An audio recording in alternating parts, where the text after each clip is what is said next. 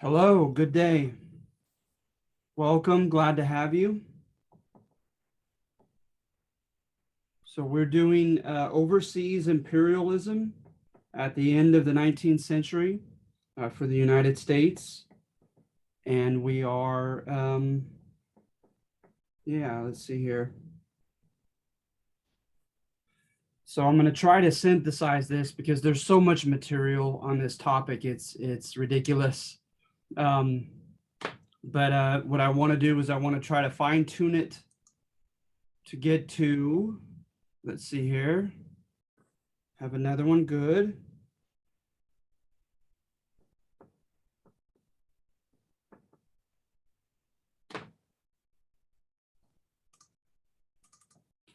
So look at our questions here. All right. Court history of the Spanish-American War, revisionist history of the Spanish-American War of 1898, ideas that were deemed dangerous by the instructor, reading the military history.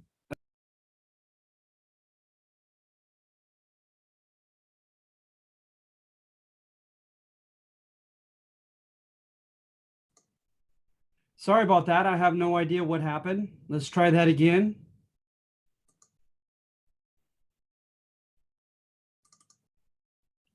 So we have here court history of the Spanish-American War, revisionist history of the Spanish-American War, ideas that are deemed to have been dangerous at this time, at the end of the century, military history of the Spanish-American War, McKinley depicted in the handout as our president during the Spanish-American War, Walter Lefebvre and his history. All right, let's see here. James G. Blaine and what I subjectively felt him to be symbolic of, Taft and his famous diplomacy in Latin America. Let's see here, the Platt Amendment and Theodore Roosevelt and his diplomacy with Latin America. And then we have the Hawaiian Islands. So we got a lot. It's like, my goodness.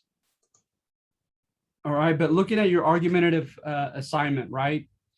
Number one, I intended to be court history. All right, it's ideologically, it flirts with ideological causation, right? In history, what causes events to go in the direction in which they go. This one emphasizes beliefs, right? That because you can't deny that we took over Puerto Rico, the Philippines, right? Guam, Cuba momentarily. But what you can do is you can excuse it. And you can contend that we felt like it was of the utmost urgency and necessity for us to get aggressive diplomatically as well as militarily. All right. And so with number one, that's what it's contending is that there were these ideas, and then the people were caught up in those ideas and felt an urgent sense of compulsion to get more aggressive. All right. So any comments or questions on that message as I get into a little bit more detail? All right, so what were some of the ideas that were percolating throughout academia, in the public press, as well as amongst those who were in key political positions? That's another thing, you know, when you look into the causation of something, right?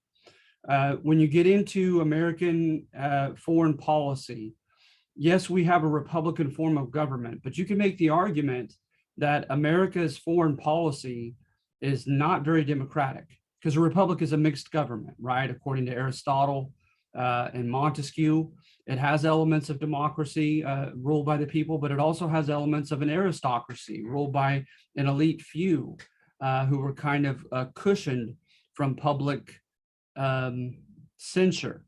And so, and then you have a strong executive. And so at any rate, you know, you can make the argument that you almost cannot deny great man history when you do American foreign policy. And remember, great man history doesn't imply that you're studying great men that whom you believe to be great morally, ethically, but those who are in great positions of power, right? Contending that their personalities, their decisions, their beliefs, their influences, their agendas were pivotal in understanding why things happened the way they did. So, for instance, the Senate Foreign Relations Committee, I think that you have to be mindful of that committee in the Senate. I think you have to be mindful of the Secretary of State in charge of foreign diplomacy. And I think you have to be mindful in this case of overseas imperialism of the Secretary of the Navy as well. And just as a few examples, ambassadors to the specific countries and islands, they're key as well, just for the simple reason that they made decisions that matter.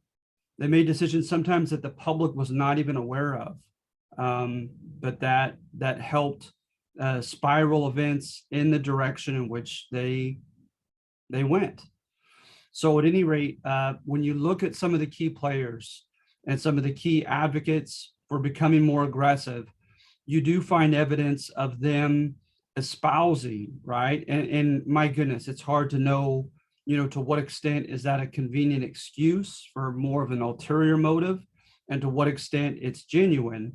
That's a whole other can of worms to dive into.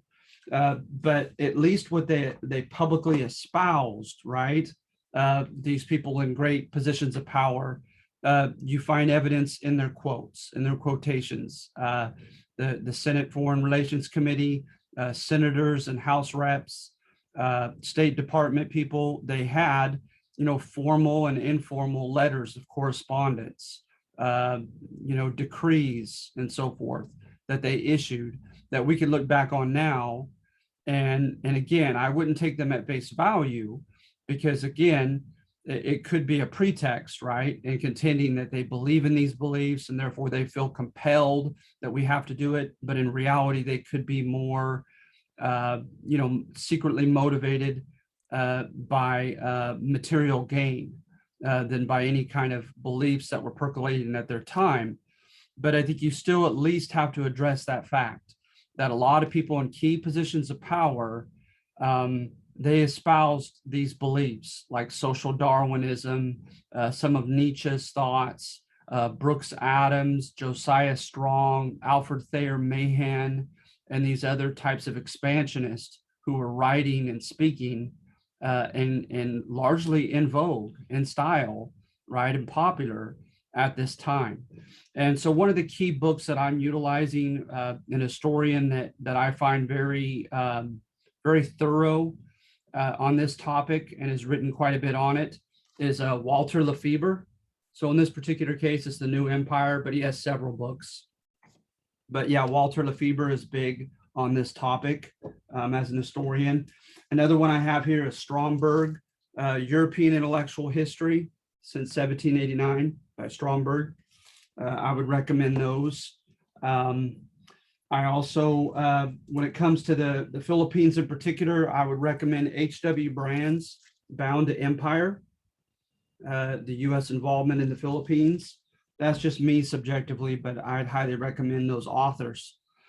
So at any rate, when you get into this topic, what were some of the dangerous ideas that were percolating at that time? One, right, with like Herbert Spencer and Thomas Huxley, was social Darwinism, applying the some of the fundamental beliefs of Darwin that were put forward and putting them at the societal level.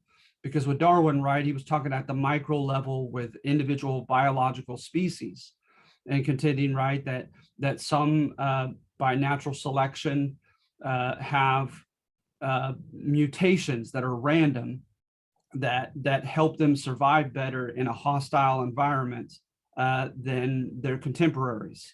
So for instance, maybe a longer, thicker, more hollow-boned wing for a bird, or something of such, right? That gives that bird an edge over its peers in flying away from predators, right? Or yeah, I mean, at any rate. So he takes that idea, and he takes the idea, right, of survival of the fittest. But instead, right, what the social Darwinists are going to take from Darwin is they're going to take away the chance component, right? The idea that you're just born lucky or you're not, with some type of mutation that gives you a leg up in avoiding predators and catching prey, etc., right, in the animal world. And they make it, a lot of it, by volition, by choice, when it comes to human civilizations. And they contend, right, with the same premises, that environment is hostile and wants you to die, through pestilence, through different types of contagious diseases, to accidents, to war, etc., right?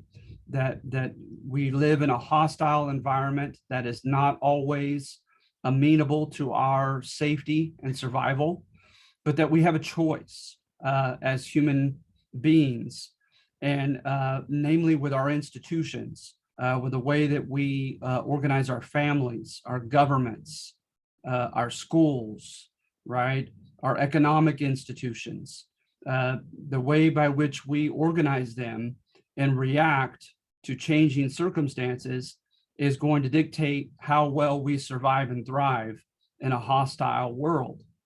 And so at any rate, you could easily guess that at this time of the second industrial revolution, they're going to contend that especially those who were on top of technological innovation and industrialization are going to have a better edge over those who are not.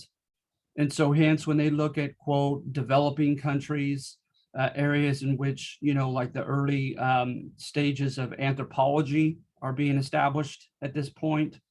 And so looking at, quote, primitive civilizations, they're going to contend that those civilizations don't stand a chance. They're not going to, unless they have some radical changes in their decisions and the manner by which they form their institutions and react to the changing circumstances of the world. It's going to be a matter of life or death for them in their existence as a people, as a collective people. And some people took that further.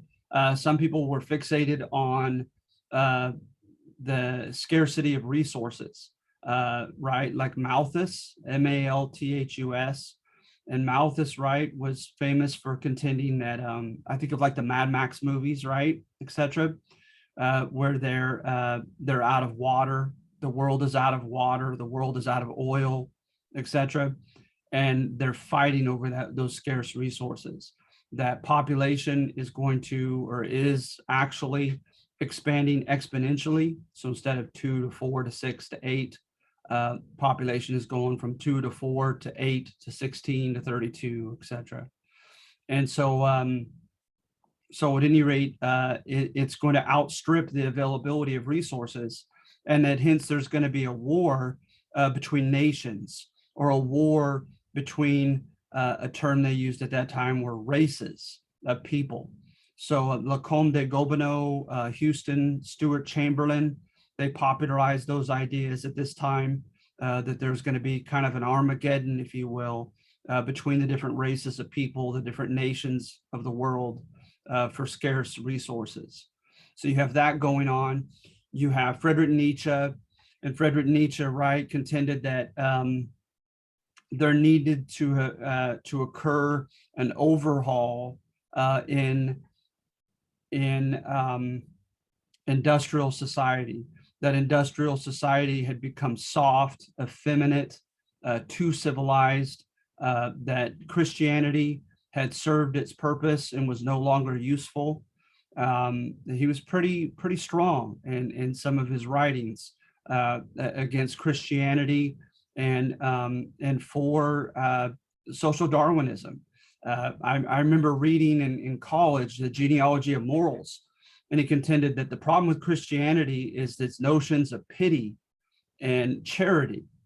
He says, the Christians want to save that which nature wants to wipe out. And he's referring to those with mental, psychological, and physical deformities, thought that nature wanted them to die out, literally.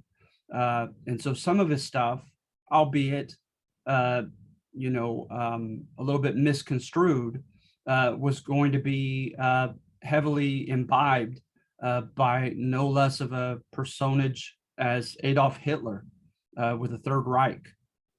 His notion of an Übermensch, a Superman that would come in and do away with old Judeo-Christian morality, bring back a bestial, barbarian type culture that was bold enough to go against conventional morality and kind of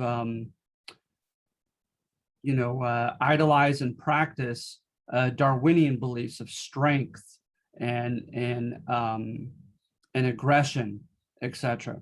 And so, at any rate, that's another ideological source that was percolating at this time. You had in America, in particular, you had a guy named Brooks Adams, and he took from Darwin's thought and had a notion of civilizations going from a barbarian, strong, imperialistic stage to a soft and civilized stage. He and Josiah Strong as well were worried that America was heading toward an apocalyptic class war or some type of a French Revolution, something that they're going to see shortly in the Bolshevik Revolution in Russia, that they were afraid of that type of class war erupting in the United States. They were concerned in particular, like from Frederick Jackson Turner, that that there was no longer an outlet for the poor because the frontier had been taken and claimed by the 1890s, arguably, and that was at least the notion. And so hence, what were the poor to do? There was no longer an availability of free and available land as an outlet for the angry poor. And so hence they needed a new frontier, they said. It was imperative that we reach out to the oceans, to the Caribbean beneath us and on our front porch, so to speak, and the Pacific in our backyard, connecting all the way to Asia, to East Asia. So at any rate, they're contending, right, with these ideological fountains, if you will, that we have to, not that we ought to, not that it is just simply permissible, that we need to become aggressive and become imperialists, impose our will on other sovereign peoples in the world, outside the contiguous United States, outside the continent of North America. So at any rate, I collectively, for lack of a better adjective, call these dangerous ideas for obvious reasons. I think that they could lead to some dangerous conduct on behalf of a nation, and they were percolating widely at this time. So according to Walter Lefebvre, who ascribes ulterior motives, don't get me wrong, to a lot of our political leaders in great positions, still contends that the role of these beliefs was pretty strong. So does Stromberg in his book on intellectual history of Europe. And so does Stephen Kinzer in a book called Overthrow, where he states that in particular, when it came to the Spanish-American War, this quote right here, that yellow journalism brought about the most profound reversal of public opinion in the history of American foreign policy. So that the press really convinced the American people of a need to fight against Spain and help out the Cuban cause for a free Cuba. And so at any rate, going back to some of these ideas, Alfred Thayer Mahan had direct connections with Senators Charles Boutell, Henry Cabot Lodge, Secretary of State James G. Blaine, future President and Assistant Secretary of the Navy, Teddy Roosevelt or Theodore Roosevelt. And so you have these direct connections where he's given his books to these leaders. And with Alfred Thayer Mahan, right, he contended that from the time of Rome with the Punic Wars, with Carthage and so forth, that oftentimes the winners, those who secure the safety and the strength of their nations have been those who have realized sea power, right? He said that's where the future is, and that's where history points, is that if you want to stay on top, if you want to stay strong, you need to have an aggressive and strong Navy in particular, and branch out into the open sea. And so at any rate, he was big and monumental, evidently, when you look at quotes from people, there are alleged reasons for voting for such, right? Which is a whole other can of worms as far as what ulterior motives they may have been hiding. They talk about the new Navy. The Naval Appropriations Act of 1883 brought about a new steel Navy for the United States. And they quoted a lot of these people, including Alfred Thayer Mahan, as reasons for doing such. People in the Senate, in the Department of the Navy, in the State Department for the president, etc. All right.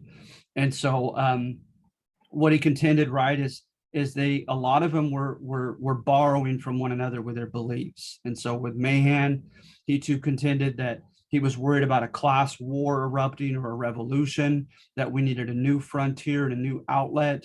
He was concerned that we were outproducing what could be consumed in the country. So we were facing overproduction and underconsumption, not enough people able to buy all the goods that we were producing, problems with irregular employment for the workers, and some type of, violent strikes amalgamating into something even bigger, like a class war. And so at any rate, he contended that it was vital that we opened up by force, right? That we opened up markets throughout Latin America beneath us and in Asia. And in so doing, that inevitably we would come into conflict, that economic, too often in human history, economic competition can degenerate into military competition, right? And they were seeing this happening in the 1890s in Africa, England and France and Germany and Belgium. They were fighting over sub-Saharan Africa. France was trying to carve up North Africa. And so, but they were fighting with one another at a place called Fashoda. England and France almost went to war there in the area of Egypt. So at any rate, they're seeing this happening.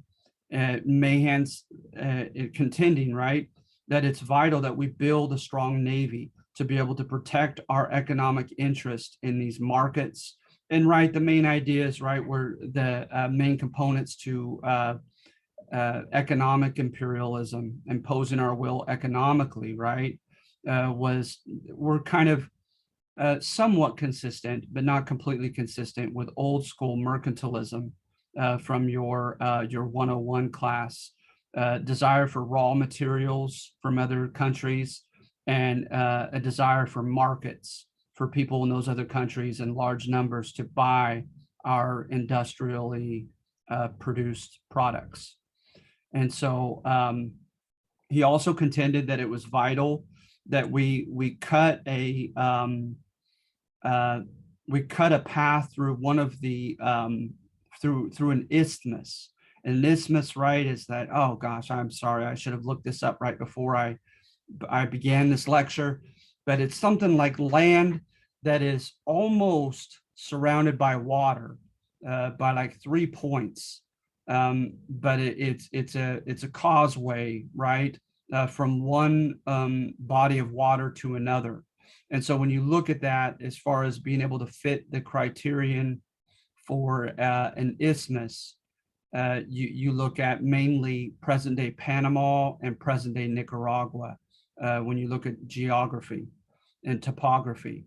So when you look at those areas, there was a push by Mahan and others saying in one of those two countries, right, we need to build railroads and even a canal.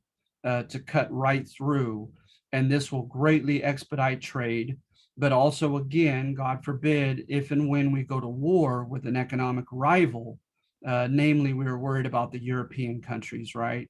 That we have a quick route from the Atlantic Ocean to the Pacific Ocean, or vice versa.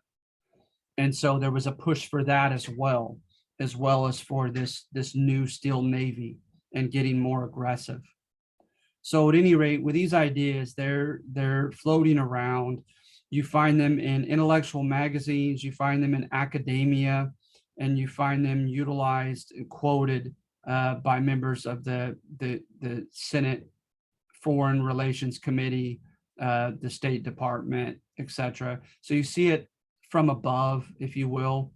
And also you see it, evidence of it disseminating down to the common American through periodicals, through mainly newspapers. And it's kind of like the Revolutionary War, or the War for Independence, the notion, right, that a lot of the Enlightenment works and other works were read by the literati, the intellectual few who had the money, the time, and the education to read and imbibe these ideas. But the idea is that through propaganda, through pamphlets and newspapers, etc., they were able to disseminate those ideas to the common person, so that the common person may not have read Alfred Thayer Mahan's books, or Josiah Strong, or Friedrich Nietzsche, but that person had become familiar with the gist of their works, right, in newspaper periodicals, etc. All right, and so and that's hard to gauge, right? The extent to which popular beliefs or intellectual beliefs have permeated the entire generation of people. But that's what's being contended in number one, all right, is ideological causation, that we felt compelled because of adherence to these beliefs. We felt compelled to get more aggressive in our foreign policy. And another term that I want to throw out there is geopolitics, right? To me, geopolitics, I think of like putting out a map and thinking in terms of chess, of playing chess. Is you deal with contingencies, the what ifs. You say, okay, who seems to be our scariest potential enemy at this time? And I think the common argument would have been, when you find amongst political circles at this time, England or Germany, arguably. So you say, okay, if we go to war against England and or Germany, where have they spread their influence thus far? So you look at England, you look at Venezuela and Nicaragua, you look at the top of South America, and you have concerns there, right? You think, oh, okay, we need to be able to counter that influence. You look at Germany and you think of Haiti, and you also think of the Samoan Islands in the Pacific. And so what are we going to do to counter that threat? So let's say we go to the Samoan Islands, as we did in the 1870s, and we contend, hey, we want to cut a deal with you, we want to trade with you, but we want you to open up a naval base for us, and we'll pay you handsomely for it. And we don't want to allow you to have coaling stations, because coal, right, was burnt in the furnaces for the steam engines of ships. So it was kind of like a gas station, if you will. They said, we don't want you offering coaling station services to the Germans. Let the German Navy worry about their own coal and their own steam engines, and so forth. And by all means, don't allow them to have a naval base as we do here in the Samoan Islands. So it's the idea that you impose your will. You try to start with a win-win scenario, right? Like Rockefeller.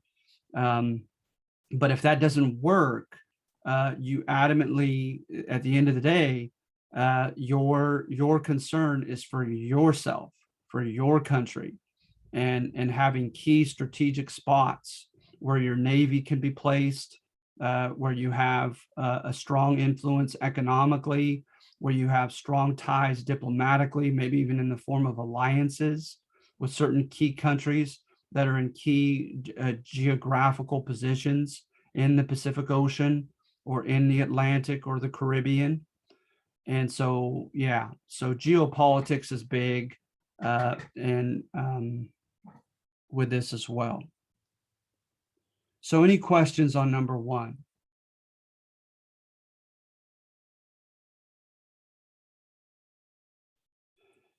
So it goes on, and what I want to apologize for is the last number that I added to it is rather redundant in light of some of the data you find in number one. I had not realized, I had not remembered that I had put information boasting about charitable, philanthropic,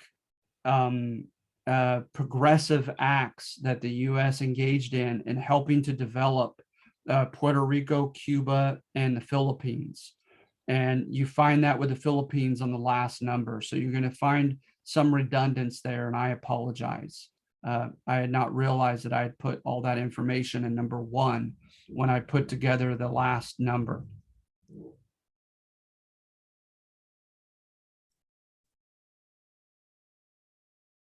So you notice number one doesn't get around the fact that the United States, by today's standards, was very aggressive, was kind of the imperialist, and the imperialist is a euphemism for bully, right?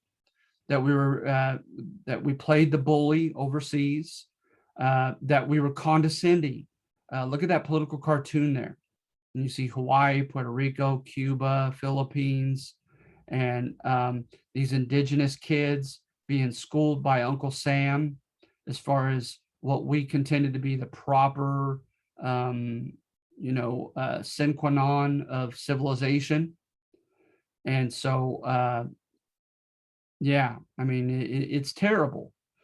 But the argument is trying to defend the United States that they genuinely believed these ideas, that they genuinely believed it was necessary to get aggressive, and that they were engaging in a win-win scenario with some of these islands, that they were helping those people in addition to taking advantage of them.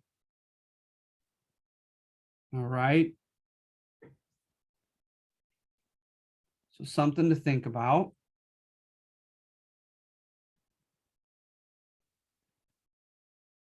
And then number two is also court history, right? It tries to defend the United States and its leaders by contending that, Grover Cleveland and even William McKinley, who asked Congress to declare war against Spain in the Spanish-American War, that they were hesitant bullies, that they were not looking for a fight against Spain in the Philippines and Puerto Rico and mainly in Cuba, but that the fight came to us. Okay, so look for evidence of that. Look for evidence of, opportunities that they could have taken advantage of early on to as a pretext, as an excuse to get into Cuba in particular in the Spanish-American War. Because in our declaration of war in the Spanish-American War of 1898, most of the language, the issues at hand pertain to Cuba, almost solely to Cuba, as opposed to Puerto Rico and the Philippines and Guam.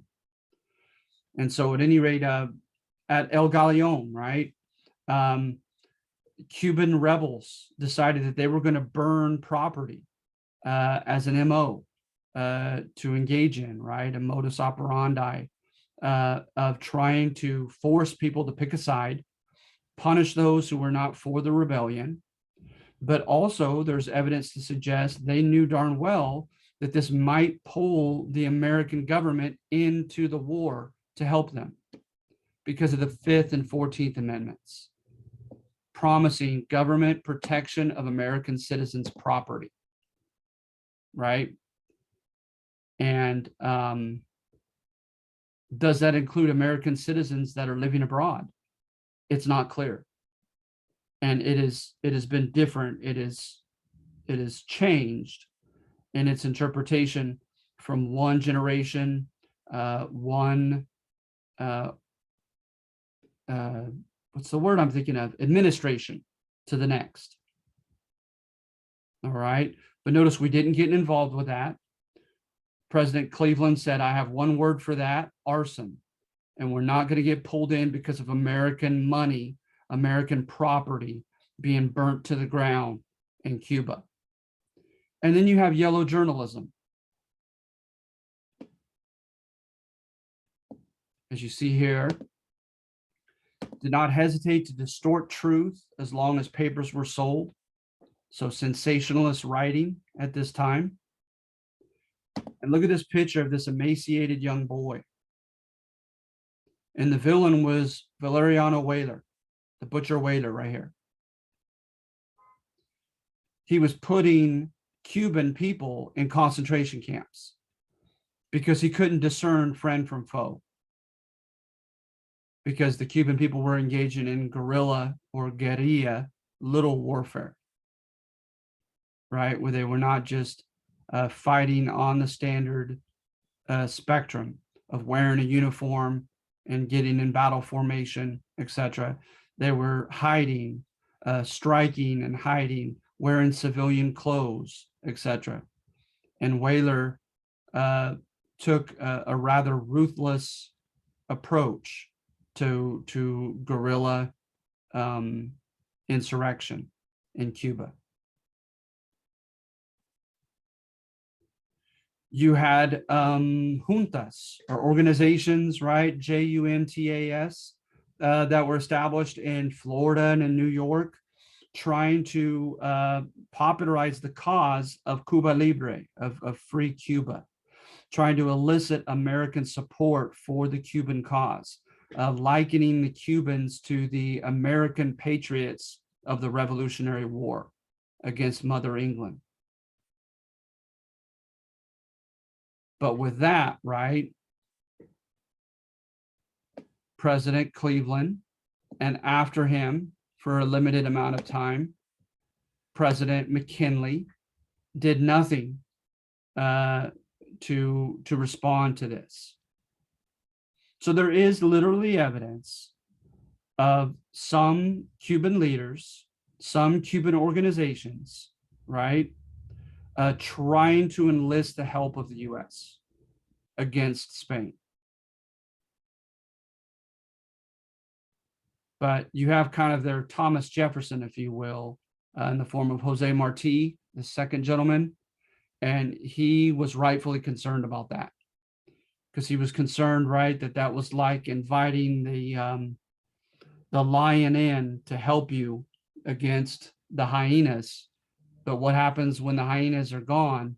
What's the lion going to do to you as your former protector? All right. So that's something to consider.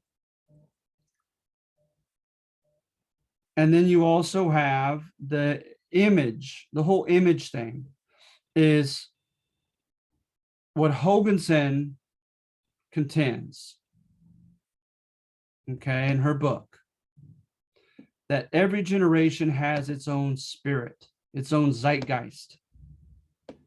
And she said, because of the role of social Darwinism, this generation was permeated by machismo, by the need to exude manliness, strength, virility, aggression. And if not, you'd face, just public disgust, being rejected. So how much more was this expected, she states in her book, expected of the President of the United States? And when you look at McKinley took the high road when people would get nasty with him as a congressman. Just the way that he carried himself, the way that he was almost maternal with his wife and taking care of his sickly wife, and through other things that were going on in the press, he had the image of being almost grandmotherly. So to what extent did culture, did his generation put pressure on him to eventually get tough on Mother Spain against Cuba? if he wanted to stay in office. Because, of course, he had no way of knowing he was going to be assassinated, unfortunately, instead.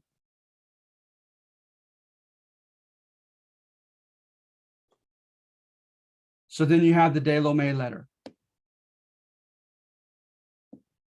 And the De Lome letter basically called our president a soft coward. And this was written by a Spanish diplomat. And it was found, given to the press, and the press ran with it. So this now becomes a public challenge to our president. Does he have the backbone to stand up to Spain? And you have evidence from him contending that he had many sleepless nights. You have a quote from Senator Chandler saying here, "We will declare war in spite of him," right? Then you have the USS Maine incident. A bullfighter was coming to Cuba, and a large international tourist community was bound to come to watch. And so the Cuban rebels took advantage of that and tried to disseminate propaganda for their cause. The Spanish, in front of their international guests, engaged in a big police and military crackdown, making mass arrests, getting violent publicly. So now, as what some people would argue is finally, our president wants to make a statement. So he sends the battleship USS Maine into Havana Harbor to make a statement saying, hey, you better be mindful of how you treat your dual citizens, those who are Cuban, but also American citizens. It's there. I used to have it memorized exactly how long it was there. I apologize. I don't know if I have it written in here. It was there for a while, and it was awkward. And you had visits from both sides trying to contend, right, that, hey, we're not trying to declare war. We're just trying to make a statement. Well, the ship blew up. What do you know? The Americans engaged in a investigatory scuba search, and as do the Spanish. We come to the conclusion that it was caused from an extraneous source, like a mine, right, that was planted against it by an enemy.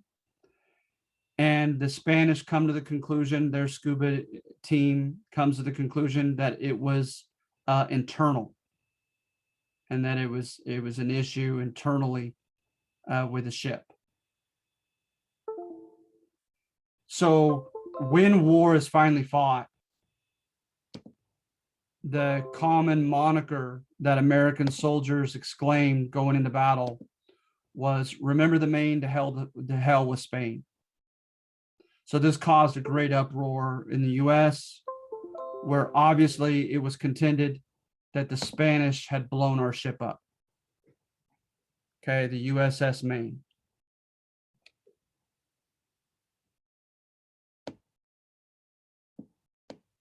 And look what he says. Not here, right here. I do not propose to be swept off my feet. The Maine exploded in February. We didn't go to war. We didn't declare war until April. So the Maine did not even drag us into war. Such was the alleged long-suffering, patience, meekness of President McKinley. And look what he eventually says. I must have money to get ready for war. I'm doing everything possible to prevent war, but it must come, and we are not prepared. So again, right, in court history, you don't want to be labeled the imperialist bully. So you can't deny the fact that we went to war with Spain, defeated Spain, and momentarily took over Cuba and took over Puerto Rico, the Philippines for a few generations, and Guam.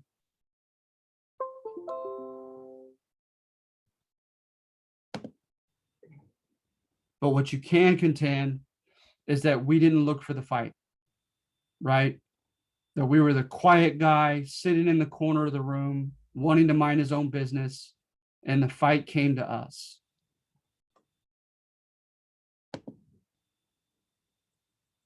So that's what you find with section number 2.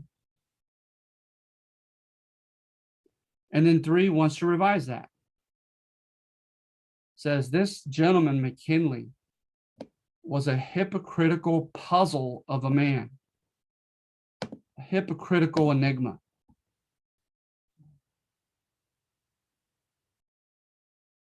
Because what he does do that formally gets us into war with Spain is he declares an ultimatum and declares that Spain has a set window period of time by which she can and must either squash the rebellion. And remember, the rebellion began in the 1870s. It began anew in 1895. And then it gained momentum and had a resurgence in 1898. So they've been fighting for years, right? So why would he rationally think that within a certain number of days, we're talking like 2 months, within a certain number of days, that Spain would be able to squash this rebellion? That doesn't seem realistic. Or come to terms with the Cuban rebels, meaning, or initiate an agreement that the Cuban rebels are okay with. But the Cuban rebels have made it clear they were not content with anything less than complete independence. One look at Spanish domestic politics and public discourse back in Spain made it clear that it would have been tantamount to political suicide to simply give Cuba up. You see where I'm going here? His ultimatum was virtually impossible, and he had every reason to know that. So why would he issue an ultimatum that he knew could not be met? Unless he might arguably be looking for an excuse to go to war. The Pope in the Vatican tried to intervene at the last minute. He said, no, too little, too late. So he did not technically exhaust all diplomatic attempts before going to war. And when you look at the liberal leader and liberal administration, you have Prime Minister Prajedes Sagasta of Spain. He removed Valeriano Weyler, put in a guy named Ramon Blanco, who was known for his leniency. He ended the reconcentración policy of putting the Cubans in camps. He offered them what were known as autonomy decrees. And in these autonomy decrees,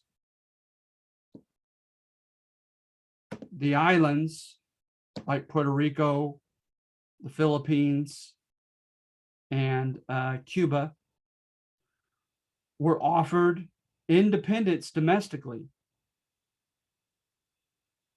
whereby they were sovereign, they were independent over their internal policies, but that Spain would simply run their foreign policy and their armed forces. So as a so-called generous compromise.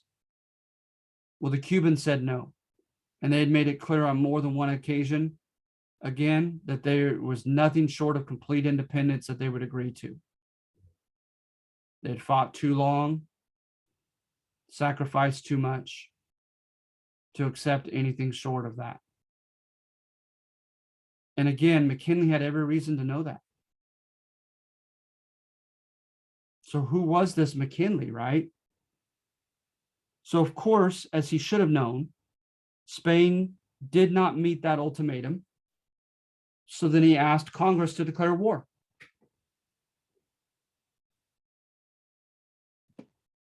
So something to think about. And then Puerto Rico. Puerto Rico accepted the autonomy decrees. So they came to terms with Spain and agreed with Spain, right? So now, so much for the Puerto Rican people needing and wanting our help. They came to an arrangement with Mother Spain.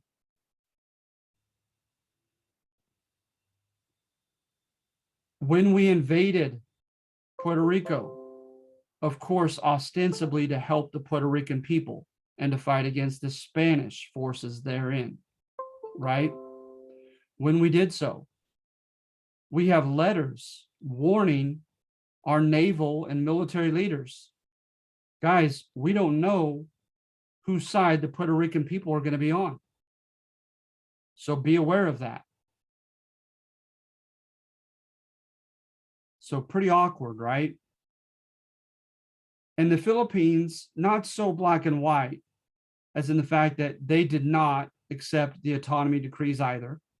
They wanted independence. There were some intellectuals who were open intellectual rebels. I don't remember if it was Jose Raval, if he did or not with his famous book, but at any rate, some were open to American help. But the Katipunan, if I'm saying that correctly, and I apologize if I'm not, the Katipunan organization, as you see down here in the Philippines, they were not open to U.S. help. Kind of like the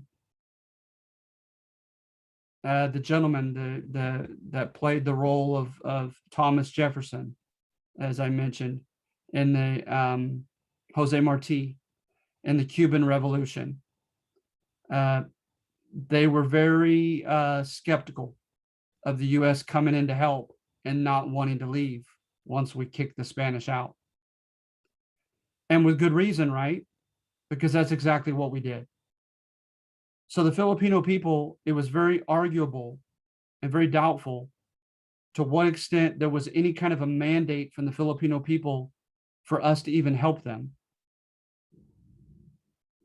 And not only we came in, arguably, limitedly, uninvited, but then we also stayed. And when the Filipino leaders of Katipunan, especially, realized that we were there to stay, they declared a guerrilla war against us. And we mainly just switched roles with Spain. We became the colonizer bully, putting down a popular rebellion in the Philippines under a guy named Emilio Aguinaldo. We eventually tricked him and captured him. And in return for his life, he ordered the Katipunan and the Filipino people to stop the rebellion.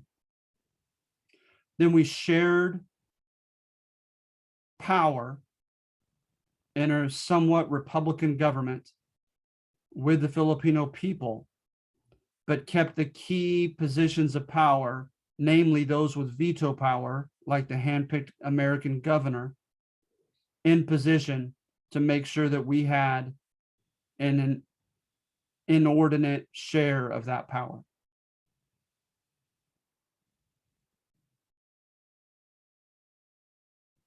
And as the violent war carried on, as we put into effect a civilian government, somewhat with, but primarily over the Filipino people, we'll probably never know what McKinley would have or would not have done because he was assassinated.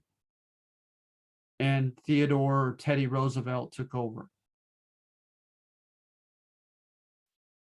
But still, what an enigma, right?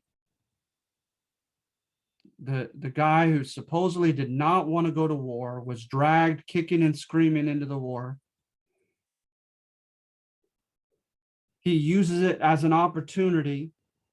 First of all, he issues an ultimatum that he should have known would not have been accepted or could have been lived up to get us stuck into the war. Then he gets us involved in two areas where arguably we were not asked for help, in Puerto Rico and in the Philippines. And he keeps us there. And I don't know that there's good evidence to suggest that he would not have also kept us in those islands, as did Teddy Roosevelt, had he not been assassinated. And Katipunan and the Filipino independence leaders, they met at Malolos in the Philippines, and they initiated a constitution that was modeled after ours, and McKinley rejected it, stating that they were not ready for self-government. And he utilized both innate or biological as well as cultural or environmental excuses for that, saying that as Malay, ethnically Malay people, that they were not as evolved as Anglo-Saxons, and that having been under the archaic backward Spanish and not allowed self-government under the Spanish, that they were not prepared to rule themselves either through lack of experience. So who really was this guy? President McKinley.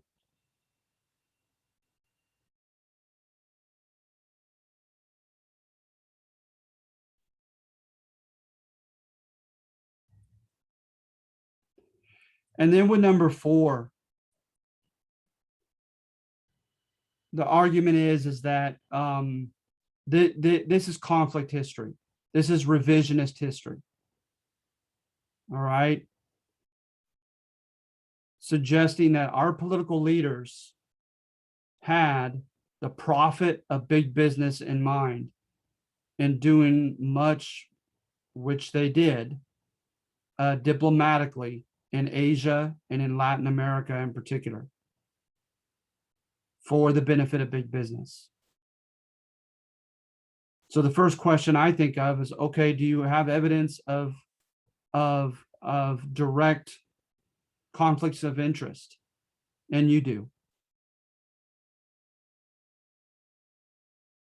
So you look at people like Horace Allen,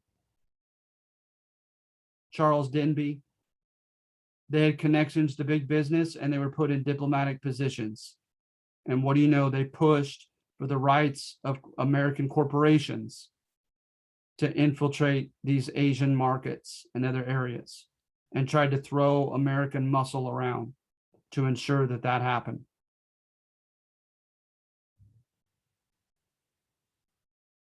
You have us playing both sides. In Haiti, right? Hippolyte, Legitime, I'm probably butchering those names. One gentleman that starts with H, he started a rebellion and we backed him in Haiti. But we backed him in return for a naval station and our monopoly transit to and from America. He went back on his word against us, and we almost invaded Haiti. And Germany and England stood their ground against us and told us we're not going to do that.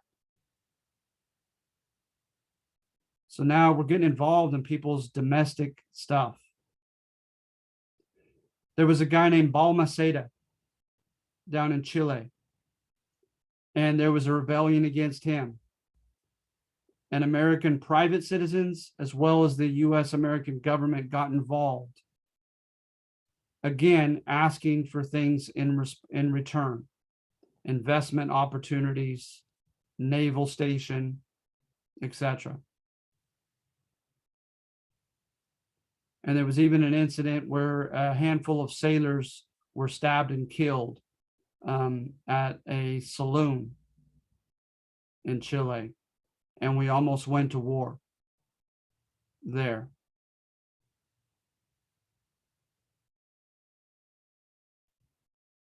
Nicaragua, the British, as well as Venezuela. The British were involved, and we began getting close to issuing ultimatums to England. And our ambassador said that our will is fiat in Latin America. What we will goes in Latin America. All right. So really throwing our weight around. Panama. We pushed for railroad development in the mid 1800s. And at the end of the 1800s, we pushed for a trans-Isthmian canal, which of course is going to materialize with the famous Panama Canal, right? But look at how we went about doing it. Check that out in this section.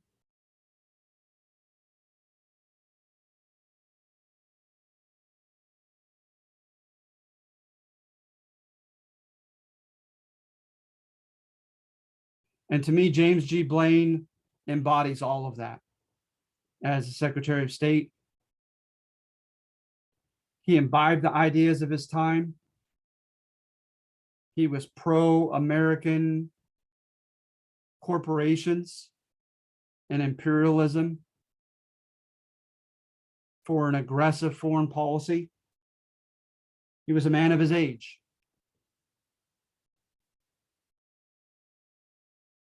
All right, Section 5, present censure of American imperialism in the Philippines ought to be mitigated by the presence of some good intentions. And that says it all right there in the title. So look for some evidence of some good intentions in the Philippines. Sharing of power, infrastructure development, education development, sanitation programs.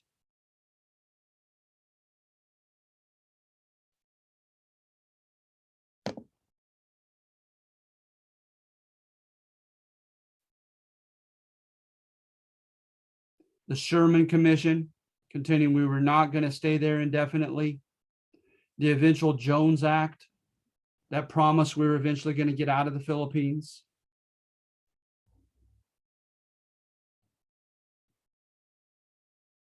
So am I walking on precariously thin ice with this one? That's for you to decide.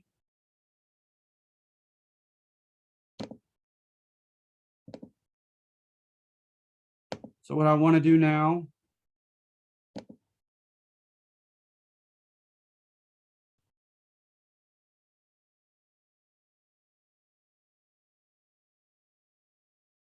I want to take a look at 9, 10, and 11.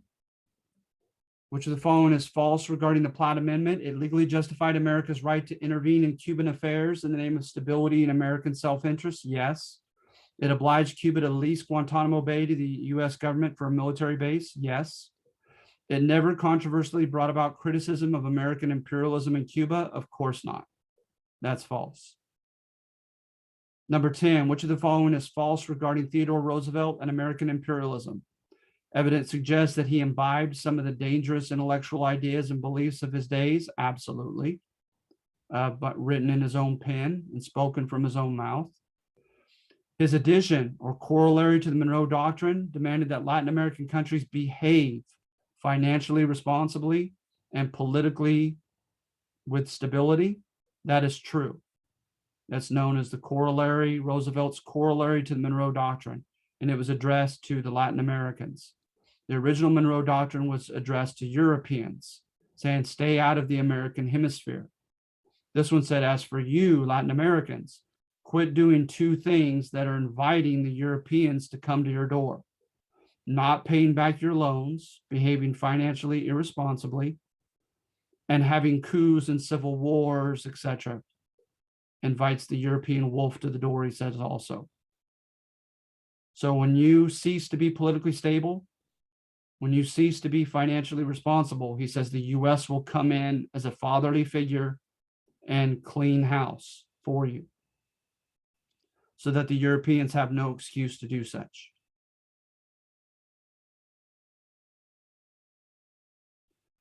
C, after a plebiscite, after a popular vote in Puerto Rico, he gave the island its independence. No, we still have Puerto Rico, and in a very awkward position to this day. There's something called the insular cases, and the insular cases were decided by Supreme Court justices, and they contended that American rights do follow the American flag, but they don't necessarily catch up to it. So hence, when we take over and declare a place to be a formal organized territory under the US, they're not automatically given all the rights and privileges and protections of citizenship as to the 14th Amendment. Pretty sad.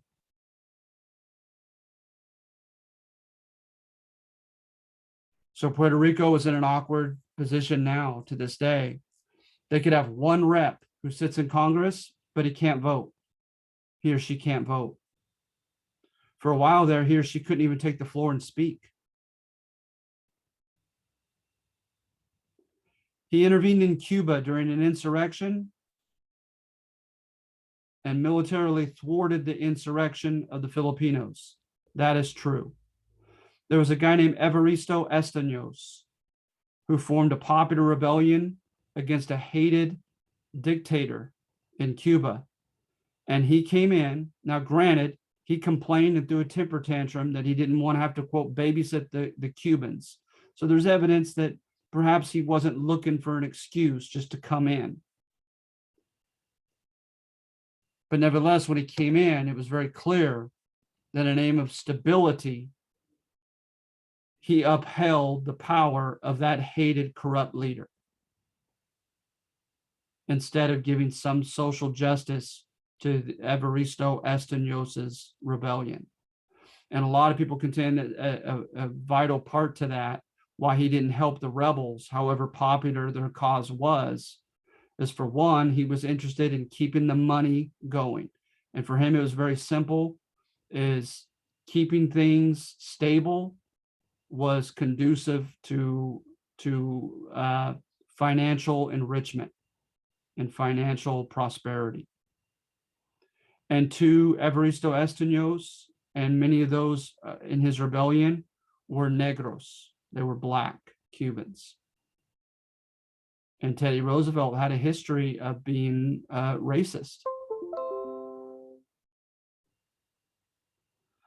And E, he endorsed the Panamanian independence movement from Colombia to effect or bring about the construction of an Isthmian canal. Yes. And that's just a whole other can of worms of the Panama Canal.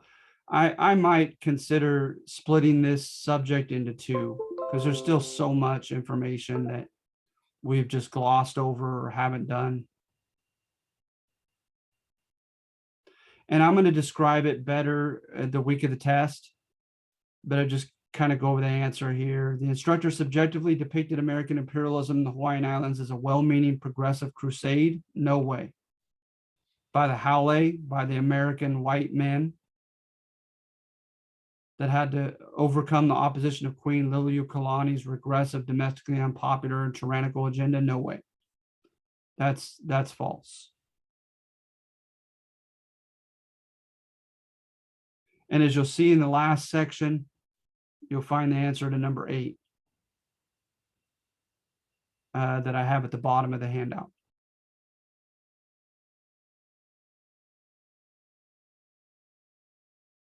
All right. So I want to give the two of you 10 points for hanging with me. I appreciate you.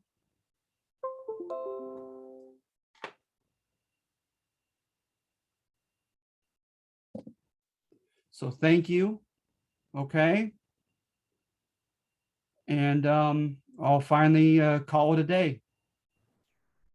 Mr. Cowell, Could you go please ahead, give Alex. me a thumbs up or let me know that you guys have been able to hear me this whole time and you feel okay about this assignment?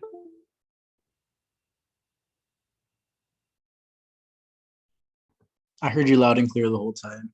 Great. Thank you, Alex. Mr. Cowell, Yes, I was wondering if I can speak with you after you end the lesson here. of course. Of course. All right. Thank you, Alex. How can I help you, hon? I was just in regards to the test we had. I know we had like the whole week open. Mhm.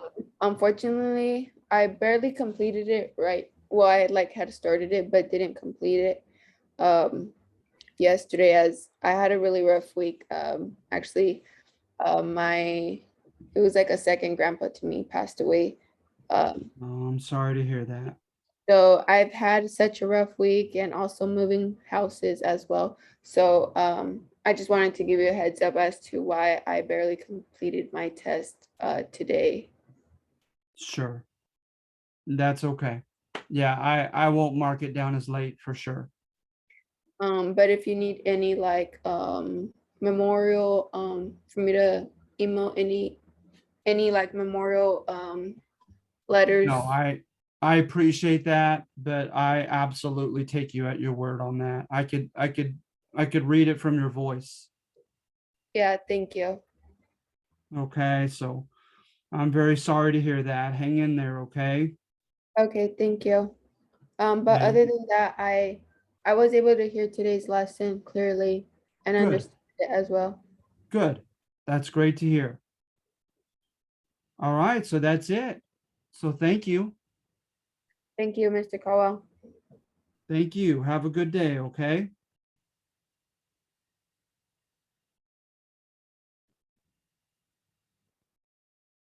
Joanna, you have any questions? No, I'm good, thank you. Okay.